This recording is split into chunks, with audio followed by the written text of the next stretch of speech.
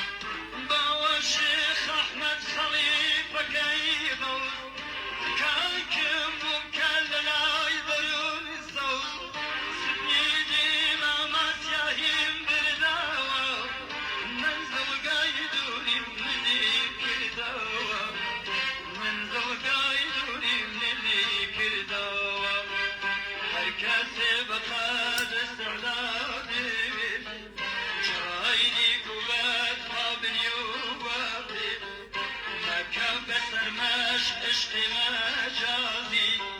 بنير بناي حقيقة بازي بنير بناي حقيقة بازي وترى باركي باركي بريدي وترى باركي باركي بريدي بندرم وقتا باركي بوشي بندرم وقتا باركي بوشي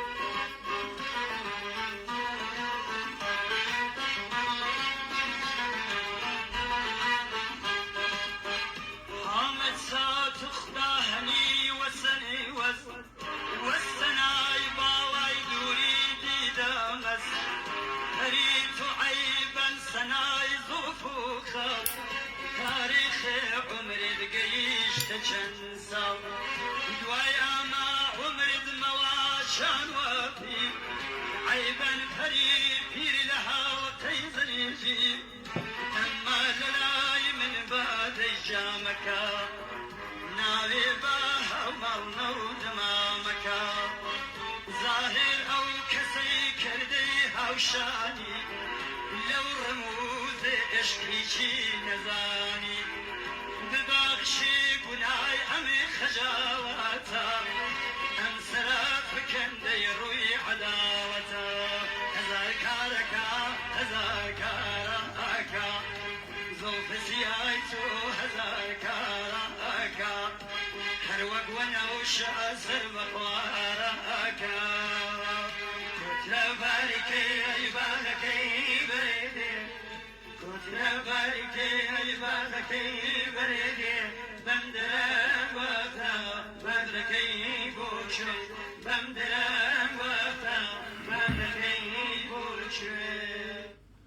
سەرەتاوە بیرهێنانەوەیەک و چەندین حکم ئاخێزە کوردەوار سەربەخۆ یعنێ من و یاران هەڵگەڕیاینەوە و وتمان کە کورد و ئەم کوردەی کە لە پێگەی قەومبوو نادایان نیاگە تەنها مەردمێکە لە ناوە ڕۆژهەڵاتە ناوەڕاست پۆتەنسیێڵ و کەپەسیتی دانانە ئیمپراتوریەتی هەست. نکتەی دووەم ئێمە وتمان کە ئەم سەرزەمینە ئێمە یەکێک لە مهمترین سەرزەمینگەلە دنیاست و کانونە تەحەوڵە دنیاست لە زەرفە 10 ساڵە ڕابردوو. نکتەی سێوەم هەر وەرچەرخان و هەر ئینقلابێکی ئیجتیماعی سیاسی بازوو و ماسوولکەیەکی ئینسانی و توێژێکی کۆمەڵایەتی گەرەکە. هەروەکو چۆن مارکسیزم پرۆلتاریای معرفی کرد، ئاخێزە کوردان بازووی ئینقلابەکەی کوردەوە قەومی کریاک بوو. کوردەوە قەومی کریاک نەتەوە نییە و نەوگەسە نەتەوە، کورد زوان نییە، بەڵام ئێمەیان لە پێگەیەک دانیا بەناوە قەومیەت تا لە مێژوو دەرمانکەن، لە دەسەڵات دامان بڕن، بمان خەنە پراوێزە شارستانیەت گەلە جەعل و تەزویر و وەزعیەتمان لە وەزعیەتە تەعلیق قانونی و یاسایی دابنین. بۆ لەبەرەوەی ئەم بەشەی کە ئێمە تیاژیانەکەین بۆ ئیمپراتوریە دەریاییەکان بە بەشە ڕیملەند ناونرا بوو تا بتوانێ پێش بگرێ بە گەورەبوونە ئیمپراتوریەت ڕووسیە چین لە ژێرە ناوە هارتلەندا. هەر بۆیە ناسیۆنالیزمێکی جەعلی تەزویریان هاورد لە مردمێکی نەبووک و قەبارەیەکیان دروست کرد بە ناوە ئێران. ئەوەی گەرەکی بێت لەم سەروبەندە ئێمە لە 10 ساڵە ڕابردوو شەوتمان لەم سەروبەندە گەرەکی بێت گۆڕانکاری بە نەڕەتی دابنێ دنیای جدید نەزمە ئیتحادیەی ئیمپراتوریایی لەسەر پێگەی شەهرستانیەتە. لە ڕۆژهەڵاتی ناوەڕاست شەهرستانیەتێک نەبووک بەناوە دینی یەهود بە سەرکردایەتی ئیسرائیل و تاران بە شوێنە دانانە پاکس جودۆیەکان، یعنی ئیتحادە و ئیتحادیەیە خاوەرمیانەیی یەهود کە سڵح لە ناویانە ممکن بوێ. ئێرانی مەوجودێکی واقعی نییە، بەڵکو مەوجودێکی دەستکردی دەسی بازاڕی گەمار و دریاگە، میلەت نەبووگە بە گوێرەی تاریخ، قەرارە تاران بن بەدەم ئورشەلیمەوە تا ئیمپراتوریەتی یەهود دروستکەن. تەمامەم هەڵپەرکەکەرانە بە دیارە ئیسرائیل و ویڵاتە متحدەی ئەمریکا ئیسرائیل ئێران یەکێکن. ئەوەی کە ئێوە لە ژێرە ناو زرم و زارم ئەیبیسن شەڕە ناوخۆییە پێگەگەلە دەسەڵاتە بێ بنەمای بێتەبار بێڕیشەیە ئێرانیە. خۆ دیتەن ئەمریکا دەسی ڕاگرت، سپای پاسداران دەسی ڕاگرت. سوالە گەورە مەسە سپای پاسداران بۆ دەست ڕاگری؟ دەیمەگەر نایەژن ئەمریکا زەخیرەی موشەکەکانە پاتریۆتی تەواو بووگە دەی سپا ئیستەیشی دان بنێتە سەرە کۆڵە ئەمریکا حتا لە ئۆقیانوسە ئارام دەری نەکات لە کۆڵە ئەمریکا نەوێتەوە. داستانی چییە؟ سپا موشەکی هەست، پەهبادی هەست، دەوڵەتە ئێرانی هەسی، رووسیەش پێ ئەدات، معلوماتە ماهوارەیی پێدات، تەنگی بە قنە ئەمریکا هەڵچنیگە لە ناوچەکە. ئەمریکاش بمبارانە ئێرانەکە، زەربەی گەورە لە ئەرتەشە ئێران و سپا نادات. ئەمریکا تا ئیستە 1000 نەفەر سپایی و ئەرتەشی نەکوشتگە. ئێران تا ئیستە 50 نەفەر ئەمریکایی نەکوشتگە. وەلێ زرم و زارمیان دنیای گرتگە سەبەر وەکو شەڕە تاموجری ماڵ مردمیان وێران کردگە خۆشیان ساڵەمان لەسەر جێگی خۆیانە. سوعالی شەمەسە ئاغای سپای پاسداران تۆ ئەدەی لە بیس پادەگانەکانە ئەمریکا بیس زەمینی ئەی بۆ نادەی لە ناوەکانە ئەمریکا بیس دەریایی فەرقی چییە؟ تۆ بیس زەمینیت هەست بیس دەریاییت هەست بۆ نادەی لە بیس دەریاییەکانی؟ مەگەر نەیدا لە ناوچەکەی تۆ 100 خوردەیە نەفەر مەلەوانی کوشت تۆ بۆ نادەی لە ناوچەکەی ئەمریکا؟ مەگەر نایژی بە متر موشەکەکانە ئەی پێکێت؟ مەگەر بە ئاعتراف و خۆیان و عەکسە ماهوارەیەکان نیشانی نادا تۆ پاتریۆتەکانە تەقێنیتەوە بۆ نادەی لە کەشتیەکان ئەمریکا؟ ئەو کەشتیانەی وە ئێستا گەمارویان داگی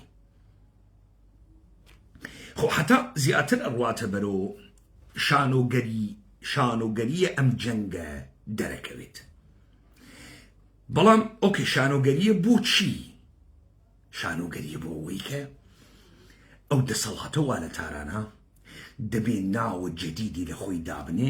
ئیجماعی بکرێت تا بتوانن ڕایگرن بیدەن بەدەم ئیسرائیلۆ وڵاتانە عەرەبیشی بۆ شەڕکەن وڵاتانە عەرەبی شەڕ بوێ ئەم ئێرانە لە ژێرە ئیرادەی ئیاڵەتە متحدەی ئەمریکا ئیعلام کات جاکە شونۆکەرە ئەمریکاس کە هەست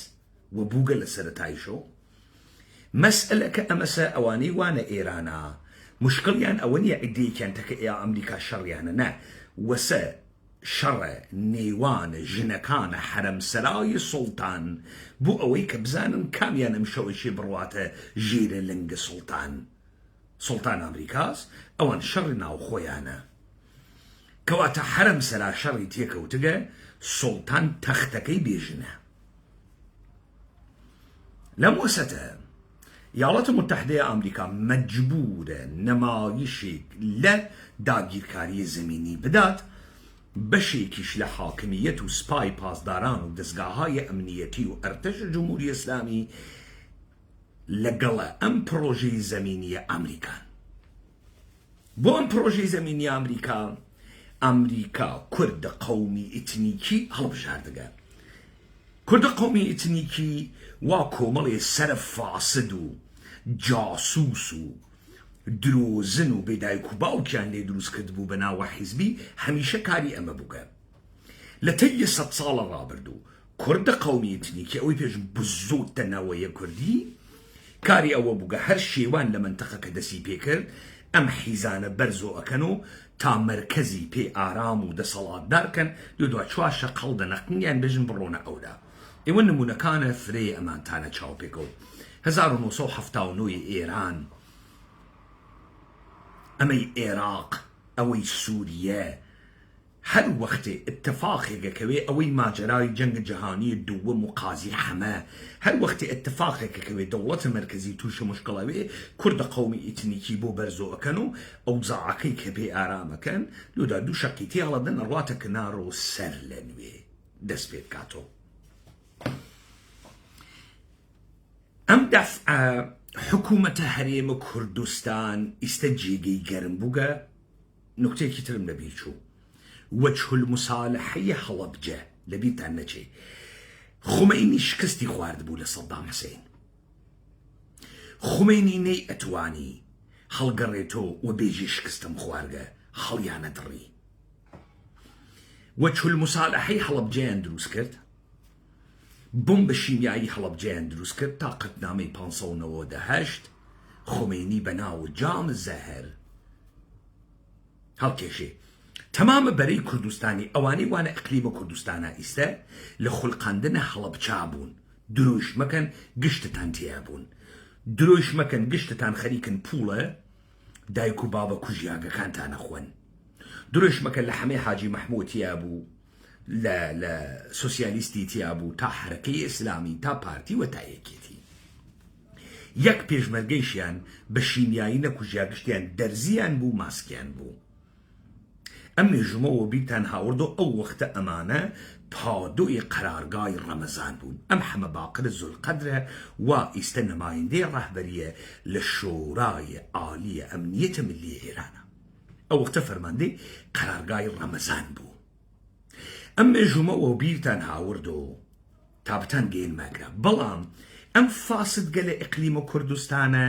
وا لە ساڵە 91 بە گوێرەی حەمەی حاجی مەحموود خەریقە قاچاق بۆ سەدام حوسێن بوون، کەوتنە ناوە خەتە قاچاق. و بیرتان تێرموو مەلا بەختیار وتی ڕاوڕوت هەر لەو وەختە دەسی پێکرد کە ئەمانە کەوتنە فرۆشتنە ماشینەکان، شۆڤڵەکان، بۆردیزەڵەکان. هەر ساڵە 91 بەسەر سنوونە ئێران و تاڵانکردنە کارخانەکان، سەدەکان، ئاهەنە قوڕازە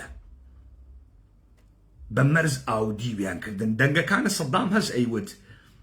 من زاتم نیشتیان بۆ بەهێنێرم ئەوان ئاودیوی ئێرانی یەکەنی فرۆشنەوە بە ئێران. ئاغایانە دەڵە دز، ئاغایانە مزور،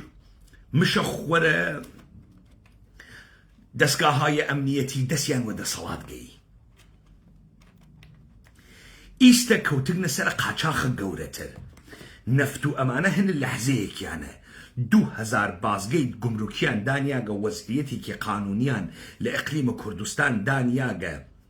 بە قەوڵە مەلابەختیار لە جەوت و بۆ نەوت ئەیدزن انحسارە هەرچی شتەگرتیگیانە سەدەست وانە ناو خەتە قاچاخ جەهانیە تەکە سپای پاسداران و مابەقیە منتەقە. ئەمما ئیاڵاتە متحدەیە ئامریکا دیسانەوە وەکو هەڵەبجە احتیاجی هەز ئەم حیزانە بکا بە قوربانیە ڕێکخستنە تاران بۆیە ئێشێ نەمایشە گرتنە ئێرانیان پێ بدات. ئەم دەڵە حیزانیشە فکر ئەکەن فێرە سیاست بووگن، جاخوا نەکات دێهاتی و نۆکەر و چاپلوس دەسی وە شتێ بگا. خۆی لێ گومەوێ ئەمە نیە بۆ مستەراویشە ڕۆم فەرشە قەرمزدا ئەنێن. ئەمانە فکرەکەن ئەم هەلە تاریخی بۆیان دەسیدا و فێرە دزیکردنە جۆرا و جۆر بووگن، فرە زۆڵ و ژیرن. ئەوە بوو بارە ئەوەڵ گێجاندیان. گێجاندیان نەزانن چییە؟ یعنی ئەی گێجێنی، یعنی کارشکێنیەکە، یانە من ئێژم تۆ ئەمە بوو بێرە تۆ ئێژی بڵێ بەسەر چاو قوروانگیان ئەڕۆی وەژنەکە مێژی و سیگارە کێشەی و باوکمێژی سیگار بۆ قەلبی خراوە. ئەی گێجێنی، ئەی گێجێنی لەبەرەوە ئەم سیگارە نەیتە دەست من. ئەوە بوو بارە ئەوەڵ کردیانە قرم و قاوە و بە ئوردوغانیشیان خستە بین و دادخوا تۆ بێرە حاجەت و با ئێمە نەڕۆین و دۆناڵد ترامپ هاتووتی کوردەکان گوناحیانەز بەڵبەختن با نەکوژێن. لە کاتێکا ئەگەر ئەم حیزگەلە بەناوە اتحادیە 6 حزب حیز لە ئەقلیمە کوردستان و حیزبەکانی ڕۆژهەڵات ئەگەر ئەمانە بزوتنەوەی کوردوایەنا ئێژن گۆم هەتا قوڵتر وێ مەلەی خۆشترە مەگەر تۆ بزوتنەوەی جاکەشە کورد نییەی. دە ئیسە وەختێسی دەی مەگەر ئەمە تۆ 70 ساڵ و 80 ساڵە بۆ کوردستانیە و قنیەپانیە و مەگەر تۆ بۆ ئەمانە شەڕ ناکەی. دە ئیسە ئیاڵاتە متحدەیە ئەمریکا حملەی کردە، ئیسرائیل بابەی گەورەتان حملەی کردە جاسووسکەل. دەی بۆ ناڕۆنە ژوورۆ. ئیسە وەختی چی بوو؟ ئیستا وەختە چی بوو؟ هۆکاکی پێشمەرگە شۆڕش گێڕی قەهارەمان، هۆکاکی پێشمەرگ. ئیستا وەختە ئەمە بوانیە حەماسە جۆزی حەماوای حەماسەت ئەم خەڵکە هەڵسێنی بۆ هەڵی ناسێنی. ئێوە ئەمە 1 ساڵە شەڕە تەلەڤیزیۆنەکانە ئەقلیمە کوردستاندان پەیجەکان فووی پیا کردگە سرودە حەماسی پەخشەکاتەوە. استبناوی شارەکانە هەرێمە کوردستانە چادرتان دانیاگە و سەبتنامەکەن و فیشەک بە یەکتری ئەدەن و ئامادەی شەڕ تەمام عیارەون دەی بۆ حەماسەتە مردمە کوردە هەڵاسێنەوە بۆ قمتان کردگەسەوە وەم مردمە کوردە مەگەر ئێوە بزوتنەوەی حیزە کورد نیەن گوو بکەمە قەورە باوکە ساحێوتان ئیستە وەختێسی فوی پیا بکەن مەگەر ئێوە جاران نەتا کێشی کورد بەڕاستی ڕێگە حەلی نظامی نییە سیاسیەن دەبی حەلیکەی مەگەر نەتانە لۆبی بکەین لە ئامریکا دەی لۆبی ئەوە بوو ئەمریکا بێت حملە بکاوە ئەمریکا حملەی کرد ئێژێ تۆ جێی سەرم کەرەوە خۆم جێی پێ بەکەمەوە دادەی بەجێی حیزە و لچ سوورکردن و قنبایان و مەمک دەرخستن و مەمک خستنە دەرەوە گەوا باوک وەختی بوو ئائیستە سڵاوی گەرمی دڵی پڕحومێدیمەت پێشکەش ئەی حیزە پێشمەرگە ئەی وەخت مۆکریاگە پێشمەرگە وەختی نەبوو ئالەگراسە تۆ ئەفامی کاورە درۆزنە ئالەگراسە ئەفامی کاورە قنەرە پوڵی گرتگە هەرچی کارە کردگێسی وەلێ پوڵەکەی بۆ گرتگە ئەمریکا وتکێسی ئێوەمان زل کرد پوڵمان پێتاندا وەختێسی بڕۆنە ئەوەر مەگەر نایژن کورد بازن و شوێنی مەفیە ڕەواییە گەڵەکەتان خەریکن شەڕەکەن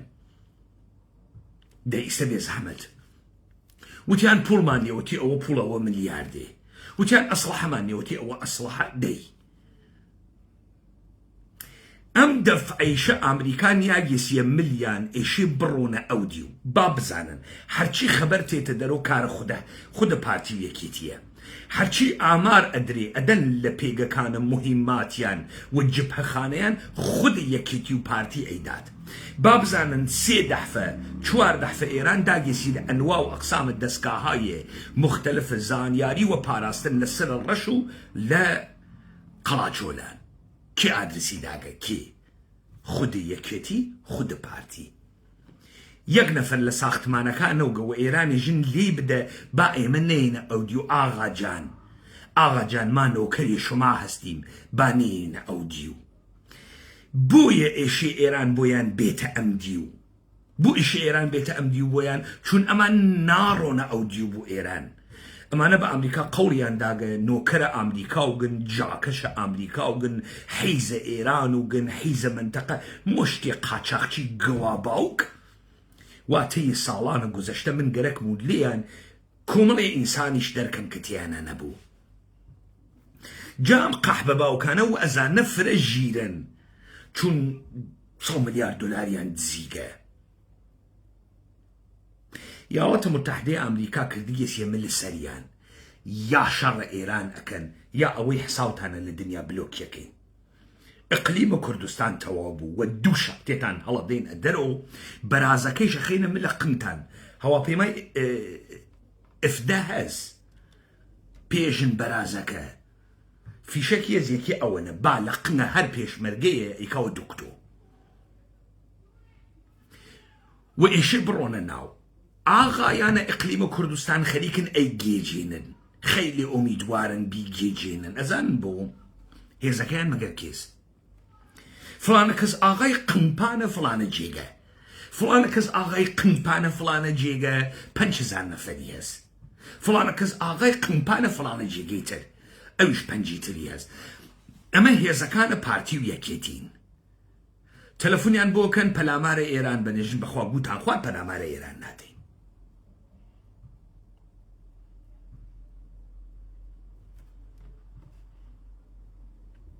پەلامارە ئێران نادەین کەواتە نە ئەمریکا ئێژێ گویان خوارد ئێوە من دروسم کردن من سکەم بەناو مەحبوبیت لێدا من ڕەواجم دای بە شار و دێدا من نەو فلای زۆنم بۆ دانیا من بوجەی پنتاگۆنم بۆت هەنار هێزە قمپانە پێشمەرگەم بۆت ئاموزشدا معاشیان لە منە چەکیان لە منە فیشەکیان لە منە پاراستنیان لە منە پاراستنە هەواییان لە منە من تۆم بە وجود هاورگە کوڕ ڕەحیز ئەڕۆیتە ئەودیو هێزە پرۆکسی منی پوڵە خواردگە ئێشێ بابەتە پوڵێکە خواردتە و حمایەتێکە لێم کردگی ئێشێ کارکەیت ئاغایان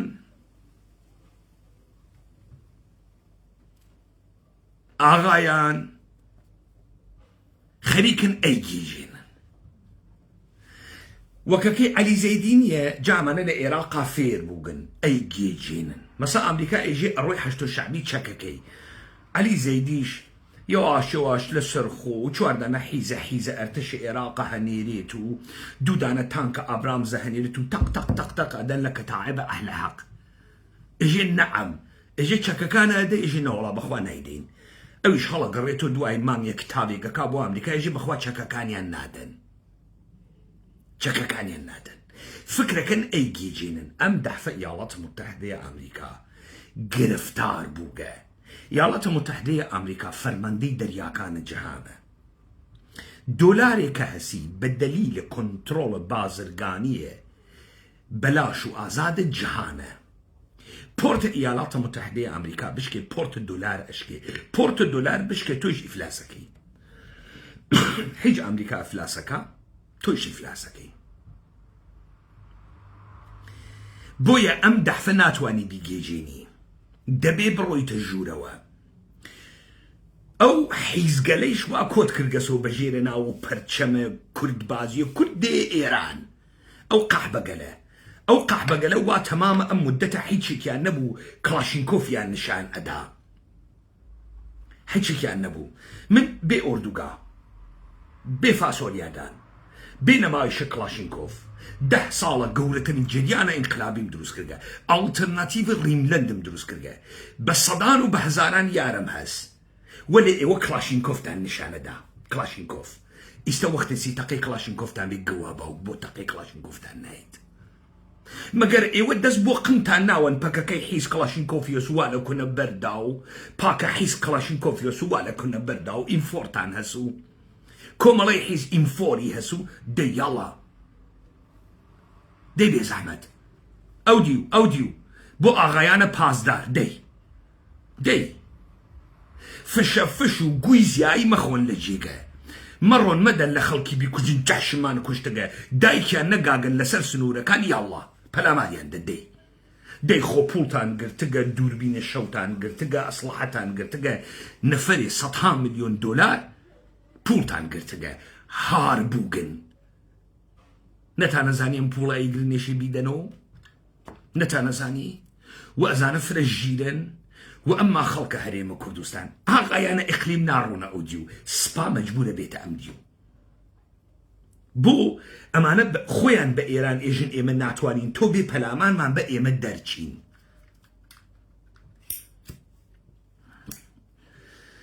پارتی یەکێتی کە فرە فشاریان بۆ بێت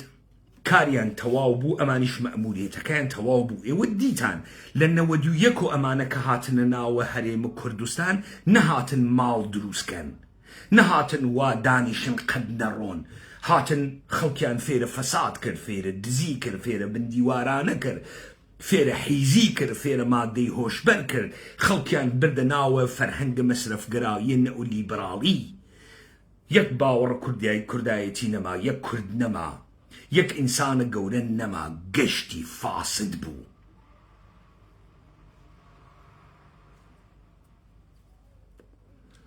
گەشتی فاسد بوو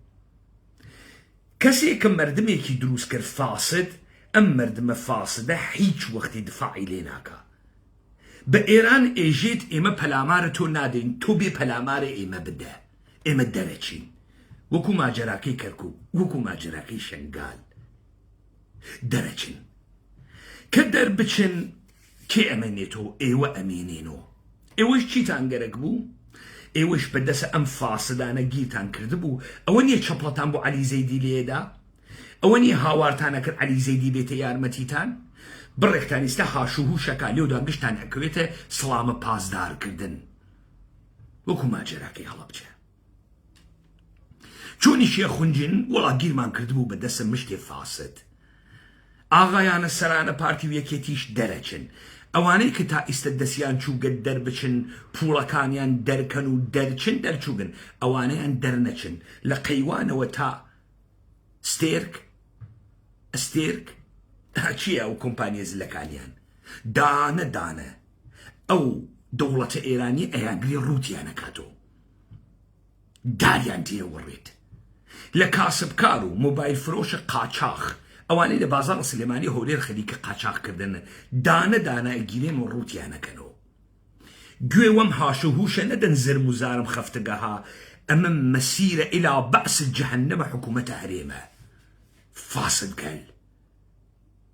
هەر بیشارنەوە ئێوە هەر بیشارنەوە هەر بیگێجێنن تێ لە سەرقتنتان و ئەمما وە گیانە خۆتان شەڕ نەکەن هۆکاکە پێشمەرگە لێ نەدەن گەوادە بزوتنەوەی کوردبازی حیز دەربچن بە شەرافەتە هەرچی مەردن لە هەر کوێی دنیا بن ئەتان تۆپێنم دەربچن بە شەرافەتە هەرچی مەردە شەڕە دەوڵەتە ئێرانی نەکەن بۆ ئەربابە ئەمریکاییتان و شەڕە جدی نەکەن لە هەر کوێی ئەم دنیا بن دەرتان تێرم و ئەتان تۆپێنم خۆتانیش خاسە زانن هەم نیروەکەی مەز هەم تەوانەکەی مەز هەم قسەکەیشی مەز ئێوە کوڕە فاسد من زیاتر لە 15 ساڵە دنەتانەدەم پیاگێکتان تیاوێت کۆمەڵی ئیمکاناتتان هەز بێڵنیوە تا بتوانین وەکو بەشەر کەڵکی لێوەربگرین کوڕە قەحبەتەوە دەزانی چون جاسوسە ئیسرائیل و جاسوسە ئەمریکا و جاسوسە ئێرانی تۆ فرەژیری فکری شەکەی دەرەچیت و فکرەکەی من تێڵم تۆوە سەڵامەت دەرچی لە دوبەیوی لە هۆنگ کۆنگوی لە مۆنتێنێگرۆوی لە سویسوی لە کانەداوی لە ئەمریکای لاتینوی لە هەر کوێوی دەرەتێرم ئەوێسی وە شەڕ دەوڵەتە ئێرانەکەی ئەوێسی وە ئەچیتە ئەوبەر جاکەشگە لە کوردبازی کوڕە قەحبەگەلەوە یەک قەڕنە ئێوە بە ئەژداد گەواتتان و ئەم مردمە کوردانە لە بین برد بە ئەدەبیات فاسدتان و ئەم مردمە کوردانە لە بین برد گشتیتان حیز و دز کرد لە حیزی خۆتانە ئاڵەم و ئادەمتان حیز کرد لە نادروسی خۆتانە ئاڵەم و ئادەمتان کردە شکڵە خۆتان تاوانە تەکتەکە ئەوانە ئەدەن و وەگیانە خۆتان ئێشێ بڕۆنە ئەودی و نەڕۆنە ئەودی و قاو بکەن لە سپای پازدانان بێتە ئەمدی و شەڕی نەکەن دەربچن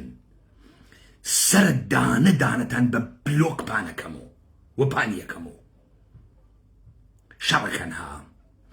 قەحبە و جندەگە لە پێشمەرگەگە لە حیزب دووقەرانی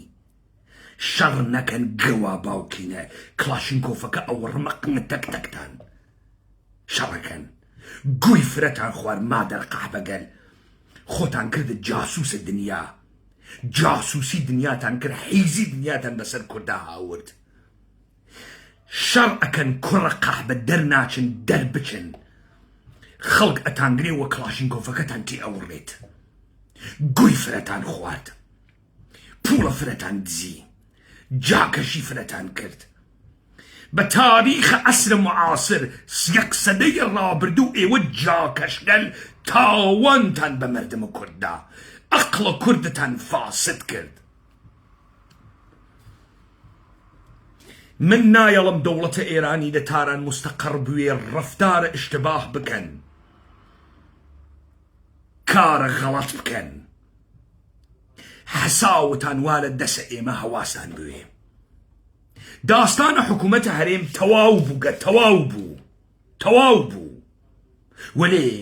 داستانە بەغاش بە دەسە ئێمە تەواو ئەوێ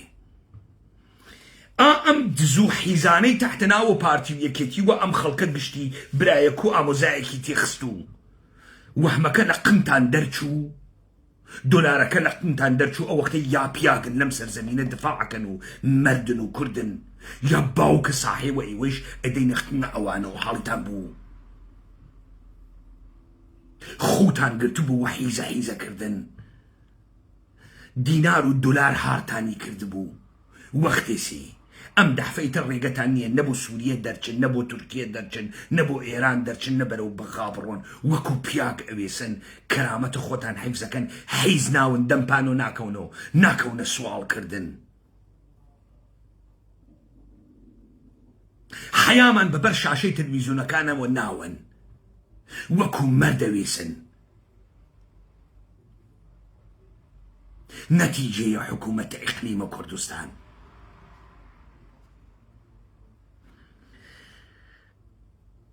اتفاقات ئەمڕۆ حتا ئەڕواتە بەرەو ڕووداوگە لە یەک لە دوای یەک دەمامەک لەسەر دەم و چاوە فرە کەسێک لە هاتات. ئاغایانە پارتی و یەکێتی خاص ئەزانن ڕاستەکەم، خاص ئەزانن ئەمریکانیا گێ بەسەر قمتانە بڕۆنە ئەودی و ناڕۆنە ئەودی و خاص ئەزانن. فکر ئەکەی ئەی گێژێنی وەگیانە نەنەت ئەم دەحفە ناتوانی. ودانیشی شەڕەکەی قارەمانانە شەڕەکەی قارەمانانەی حیزانە کاورای گەوادە مزورە دنیا بێشەرەفکەن. ئێوە دەستگاگە لە ئەمنیەتی نەوێ ئەتوانن یەک نەفەر بلیکێنە خۆتانەوە. ئێوە پوڵ و ئیمکانات و چەک و خاک نەوێ. ئێوە ئەو پیاگەنە نەفەرێ لە دەورتانوێت، شەرەفی ئەوتان هەست نەفەرێ بە دەورتانەوێت، سخاوەتیتان هەست، عقلیتان هەست، کەرامەتیتان هەست، جاکەشگەل خواردەتان فشە فشەکەتان کەوتە دەر، گویزیایی خواردن و فەرشە قلمسپانۆکردن و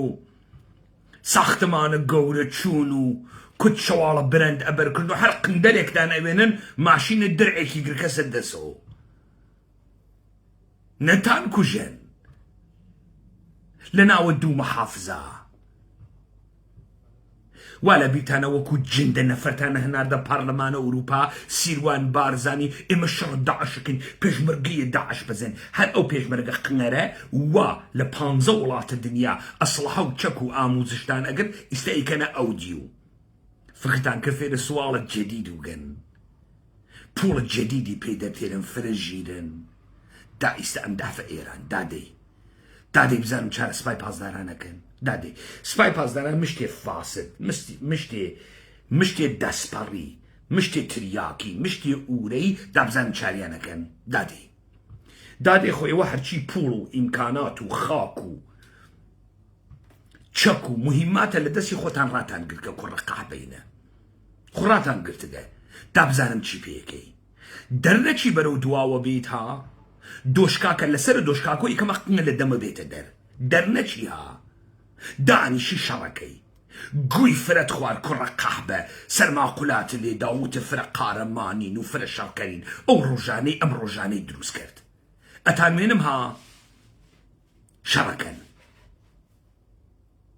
سلێمانی خۆی ناداتە دەسۆ، شارە هەڵمەت و قورمانی خۆی ناداتە دەسۆ، ئەوێت و شارە هەڵمەت و قوروانی خۆی ناداتە دەسۆ ها. هەولێر قەڵای هۆلاکۆ بەزیێن پاسدار و هەشت و شعبی ئەبەزێنیت خۆ نەی بەزێنیت ئەبە مەخبوری وتی ئەمریکا تێتە سەرقمتان وەو شەڕەکەن ها یەک عمر وەختی وە حیزە ژیایی وەختە خۆی بگا سەرە ئەوەڕن وەختە خۆی گەیگە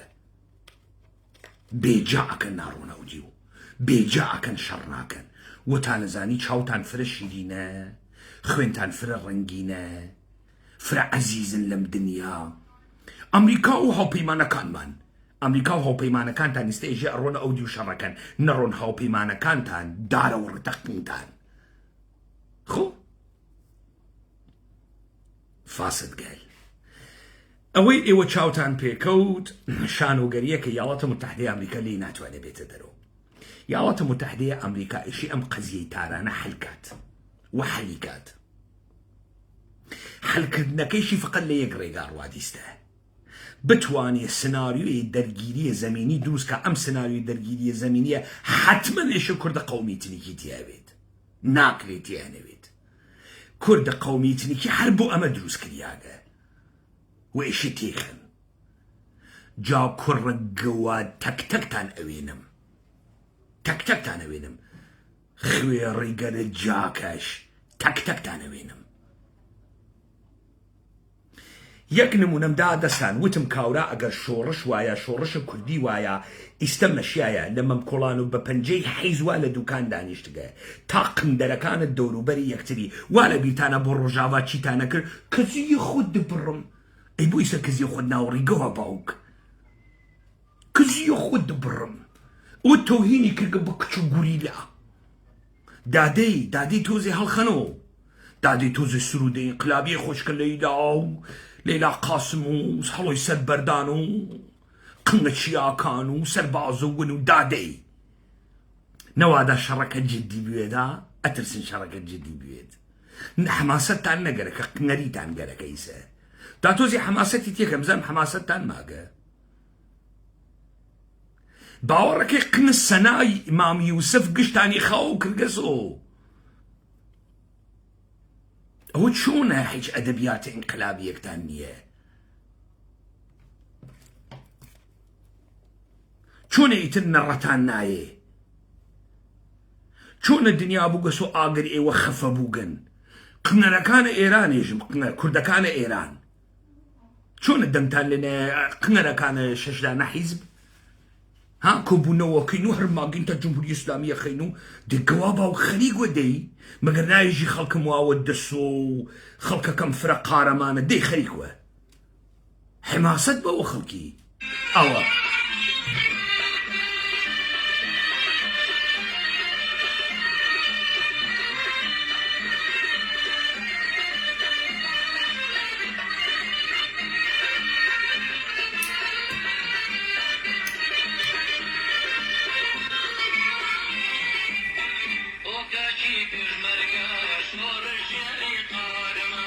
ڕازەکە شۆڕژگێڕنی هۆ کاکی پێشمەرگە نەوت دزی قارەمان هۆ کاکی پێشمەرگە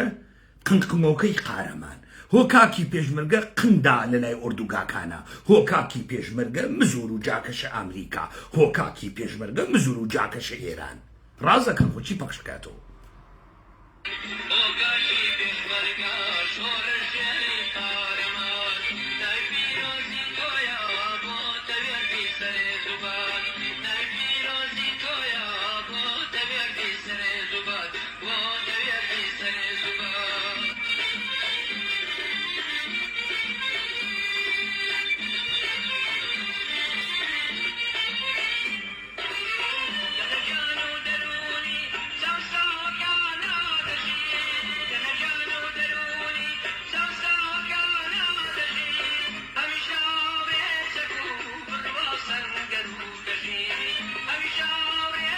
ئێوە هاوڕێی چەک و بڕوا و سەنگەر و کەژن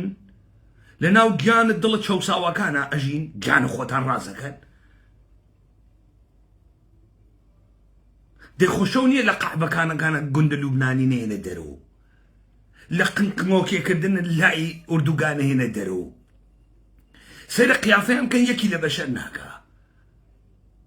ڕاستی چۆنە ئێوە شۆڕشن و بزوتنەوەن و ئێران هاژیاگە و قنە باوکە ساحێوی دەرهاتگە و 138 نەفەر لە سەرانە ئێران کوژیاگن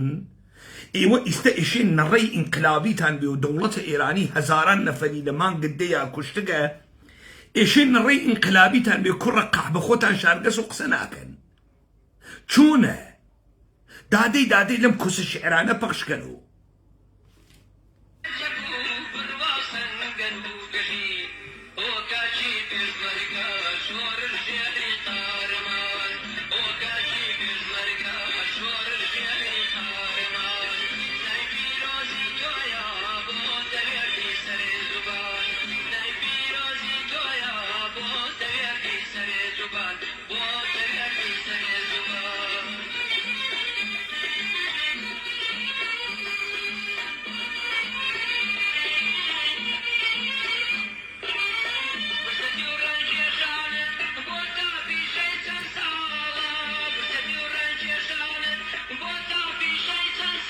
درۆکە برسێت و ڕەنکێژانی چی؟ باوەڕ کە بەزە قنیان ناوتەختەی قنیان لە ناوتەختەی شانیان پانترە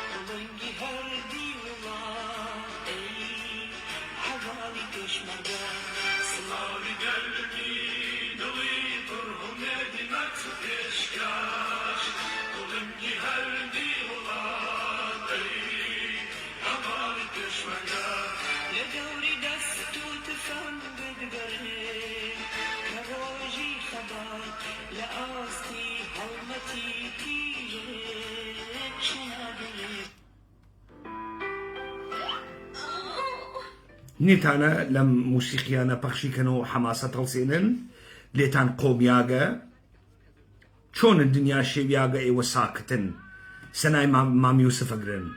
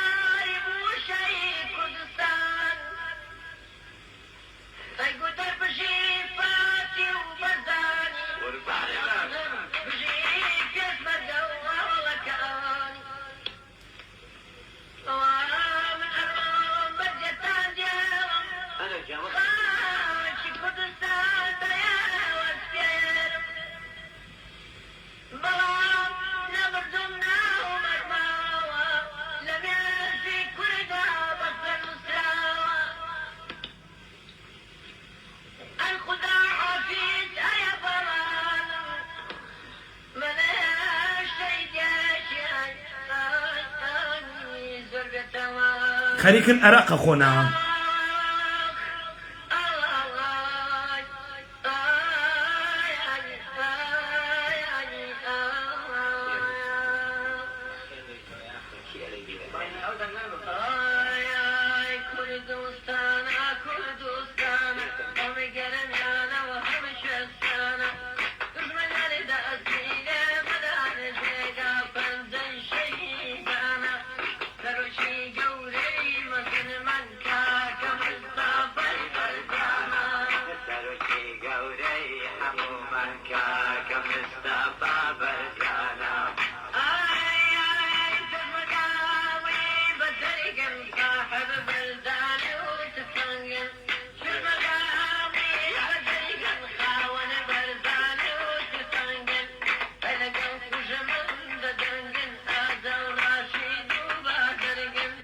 رازك لقل دجمن دجنجن آزاو رشيد وبجرجن خليك أرق أخواتو صال 1975 حمد جزازها سلوك قوري مزنيا كاكم شي بارزانه تعيس قويبا لعاقبتيان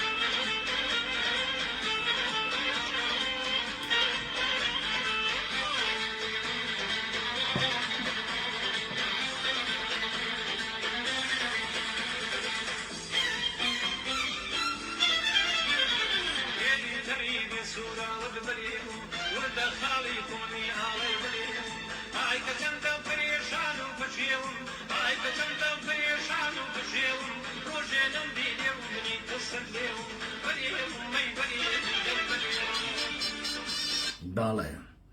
نێوی تەڕی بێسوراو وەلێوم بەلێوم دەی وەلێوم دەی بەلێوم هەرە وڵە وەخت ناکەن لەختنە سەنای مام یوسف لێوی تەڕی بێسوراوی بەلێوی ئەمە ئەوە بووەی خوشکە لەیلا چریقی نیاوە ئیسەکە ئیگنە بەلێوم دەی بەلێوم دادەی ئیستە لە بەلێوە تەڕە بێسورا و بڕۆنە خیابان بوو بەرادەران بەسیجی دەی بەلێوتان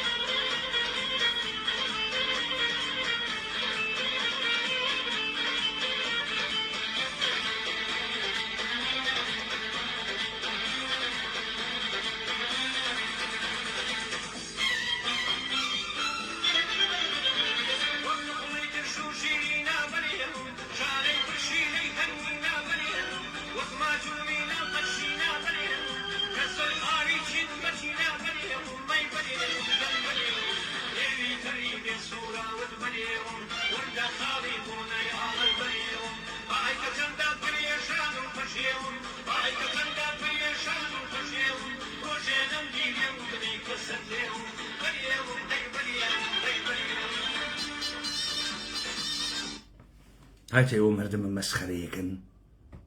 هایتە ئەو گۆرانی بێژە فەرق ناکە ئەی خوشکە لەیلا بخوێنێ نەوحە بخوێنێ بەلێوم دەی بەلێوم بخوێنێ فەرقی ناکە گۆرانی بێژە پوڵی پێدەن لۆتیە گۆرانی هێژی من سوالم ئەمەسە مەگەر ئێوە بزوتنەوەی کوردی نیەن مەگەر ئەم گشتە هاوارتانە نەئەکرد و حەپتان نەئەکرد ئەمریکا بێتە یارمەتیتان ئۆکەی ئیستە وەختێسی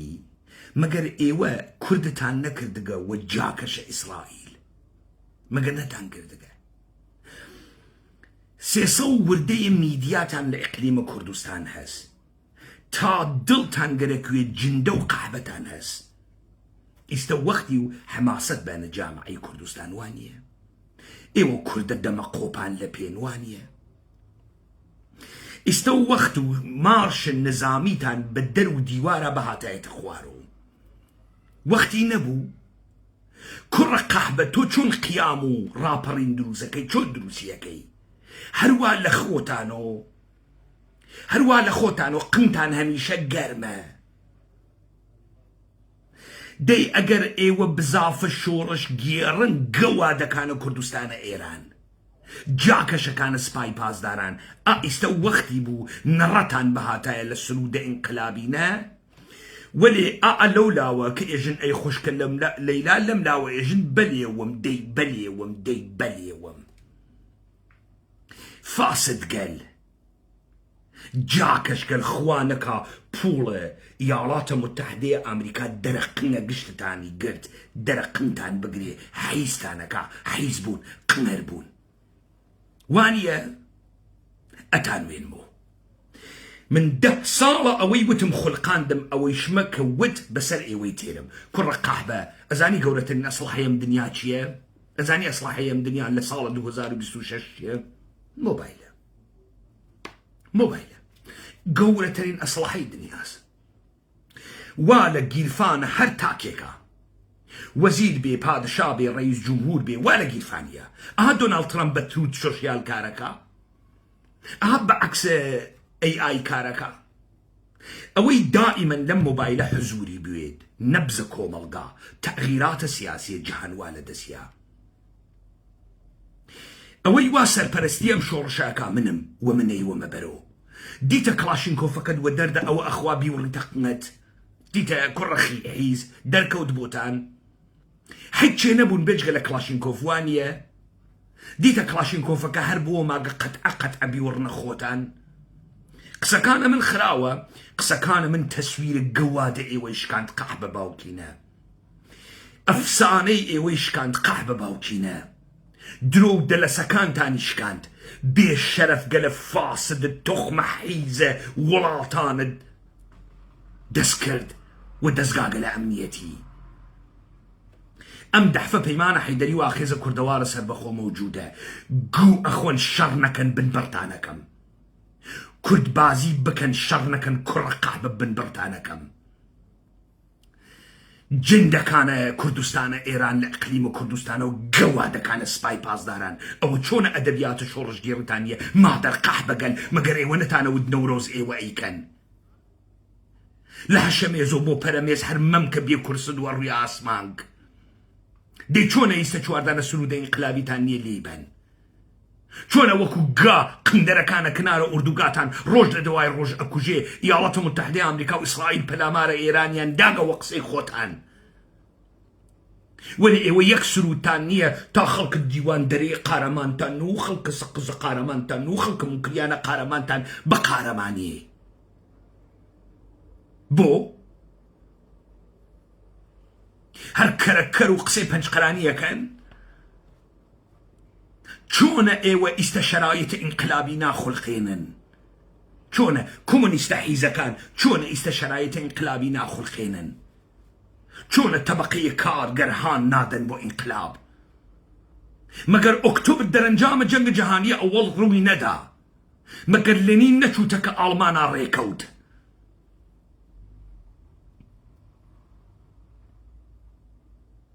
چۆنە ئیستە گشتان سکوتتان کردگە کوڕە قەحبەینە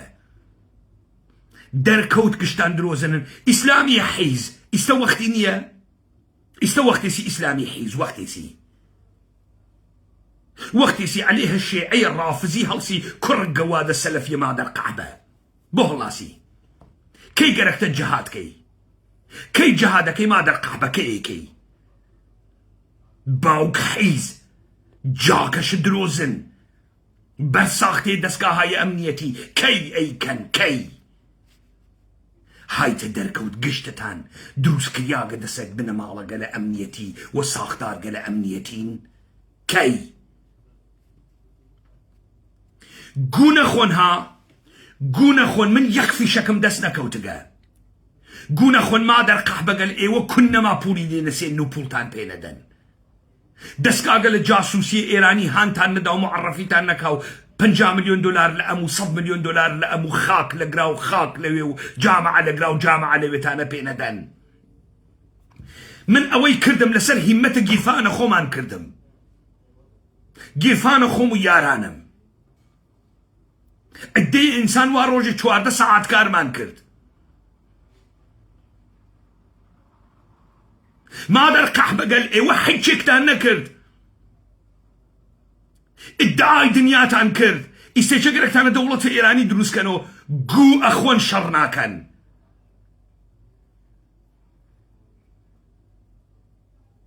من نایەڵم جارێکی ترم تاریخە نەنگینە تکرارکەنەوە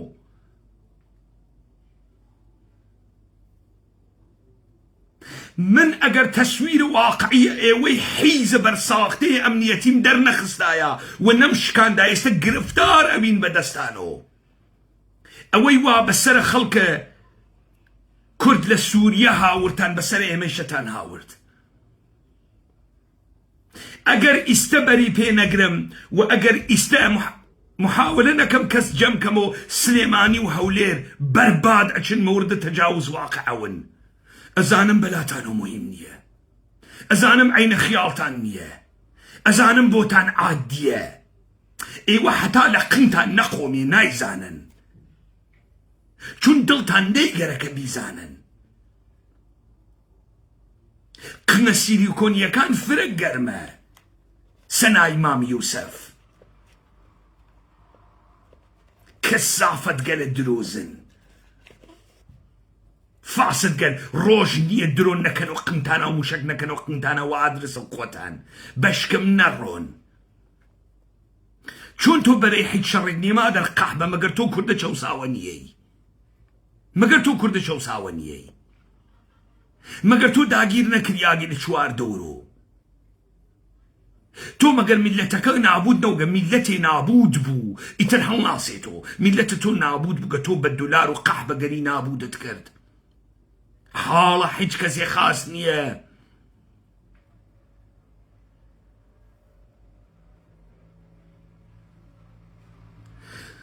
تحسین تایر گو بەکەمە قەورەکەی مەلامەچە بعد گو بەکەمە قەورەکەی جەلال تاڵەبانی دایک جندە نازانم کەی گەوایی کێی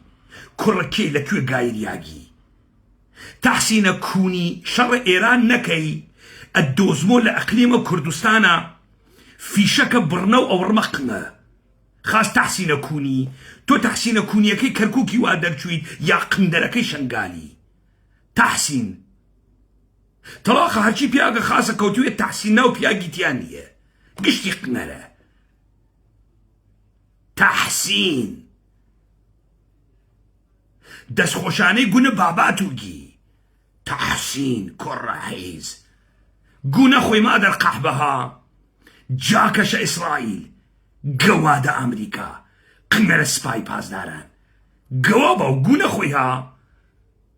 قونا خوي لم روجانا بلق قشتانا تقيتو أتان بينم حواستان بيوتك كي أقساكي من بيمانا حيدري بناوا حافظم خاص كاركا باوك صاحيوتانا جيمها حواستان بيوتك كي أقساكن أمي شوا أي كم برب بور باكو كردن بو باك كردن مشتي خائن وباكتانا كمو كرة قحبة جاكش الدنيا تقول قحبة قحبة لجاكش جاكشي لحيز حيزي لسوزاكي سوزاكي آداب قركة تو تشوقي ما در قحبة من داستانك أزانم تو تشوقي مشتي حالي مقدسة دروس كردقة من دقيقة الروم سنو حالة مقدسته ريامة قداستت بشرف من وامنا والشرع وكوتان أكمو لم شرع أمي لإيران رؤيدا من روم داغا أمي يستر رؤيدا من هدايتي يكم قويز يعيش بخون مانع دروس كان باوك صاحي وتندر تيرم لسلاسل الدنيا لسلاسل الدنيا نحدر مالك كرة قوات لفانكوير قلت كتا واشنطن لكانبرا قلت كتا لندن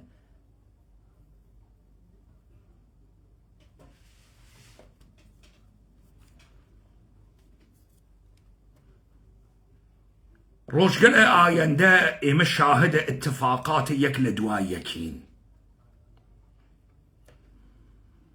اوي بياق بي اوي مرد بي اوي كرباوك خوي بي خوي آمادي ام روجاكات وخوتان آمادي ام روجابكن حد لا استوى قومياغا بيكن حد لا استوى بيكن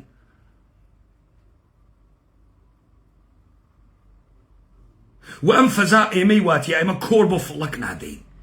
شكستيش بالدنيا تيرين لا يا خوش